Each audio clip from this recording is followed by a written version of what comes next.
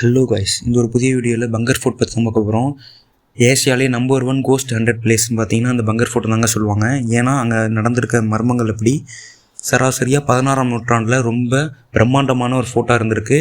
இப்போ பார்த்தீங்கன்னா ஒரு ஆள் நடமாட்டம் இல்லாமல் அந்த ஃபோர்ட்டு முழுக்க ஜின்களானும் பேய்களானும் ஆக்கிரமிக்கப்பட்டு ரொம்ப மோசமான நிலையில் தான் இருக்குன்னு சொல்கிறாங்க.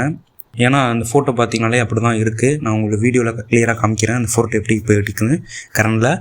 அப்படி இருந்தும் நிறைய பேர் எக்ஸ்ப்ளோர் பண்ணுறவங்க, பிளாக் பண்ணுறவங்க, நிறைய தமிழ் யூடியூபர்ஸ் நிறைய பேர் எடுத்து வீடியோ போட்டிருப்பாங்க. அவங்களுக்கு அது போயிட்டு வந்ததுக்கப்புறமும் என்னென்ன மோசமான விளைவுகள் பர்சனல் லைஃப்பில் நடந்திருக்குன்னு அந்த வீடியோவில் சொல்லியிருப்பாங்க. ரொம்ப டேஞ்சரான ஒரு ஃபோட்டோ தான் அது. ஏன் இப்படி ஆணுச்சுன்னு பார்த்தீங்கன்னா இந்த வீடியோவில் நான் டீட்டெயிலாக சொல்லியிருக்கேன். அதுக்கு முன்னாடி நம்ம சேனலை லைக் பண்ணிட்டு சப்ஸ்கிரைப் பண்ணிடுங்க. இந்த பங்கர் ஃபோர்ட் பார்த்தீங்கன்னா 16th செஞ்சுரியில் ரொம்ப பிரம்மாண்டமான ஒரு ஃபோட்டோ இருந்திருக்கு. அது மட்டும் இல்லாமல் இது லொக்கேஷன் பார்த்தீங்கன்னா ராஜஸ்தானில் இருக்குன்னு சொல்கிறாங்க. அந்த ஊரில் வசித்த ஒரு மந்திரவாதி பார்த்தீங்கன்னா அவருக்கு அந்த காதல் நிறைவேறலை. ஃபோர்ட்டு பார்த்தீங்கன்னா சாபம் விட்டுருக்காரு, அங்கே யாருமே இருக்கக்கூடாது அப்படின்னு சொல்லிட்டு ஏதோ ஒரு பேட் ஆக்டிவிட்டி பண்ணியிருக்காரு.